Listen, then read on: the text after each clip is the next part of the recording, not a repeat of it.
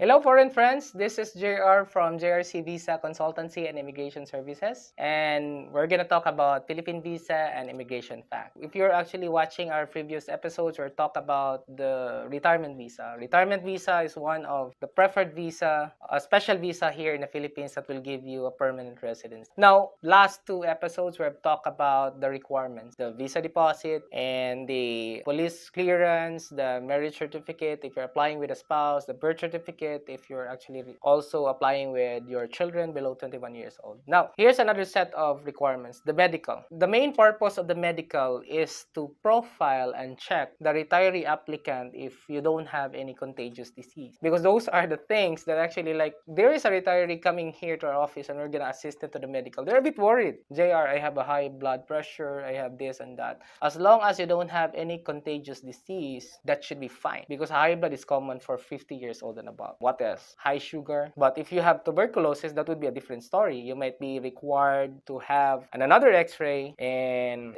any further examinations for the medical doctor to assist you. So it's basic. One is you need to have your blood work, you need to have sample of your urine, you need to have a physical check with a doctor. It depends on the doctor per se. If you're doing okay physically, then that should not be the problem. So as long as after the blood work will be there and BDRL test, checking if you have any disease that can actually can spread out, and if it's curable, you're gonna be given a medication, and then once the doctor will be giving you the clearance or certificate that you're okay and you're actually on that category that you don't have any contagious disease, then you're good to go. Now, apart from that, there are also cases that we have some clients abroad that opting to have the medical to be obtained there. That's okay. But the catch is, once you actually get that or complete your medical, you need to have that apostilled. Why? It is now becoming a foreign documents that you'll be using in the Philippines. With that, you will have an additional cost for you to do the apostilling process, and probably it will take between 2 to 4 weeks to be done. What we normally advise with our clients is to have that medical lab work and check here in the Philippines, because that we can assist you, we can actually guide you properly, and that's acceptable for you to comply with that medical requirement. I think there will be questions,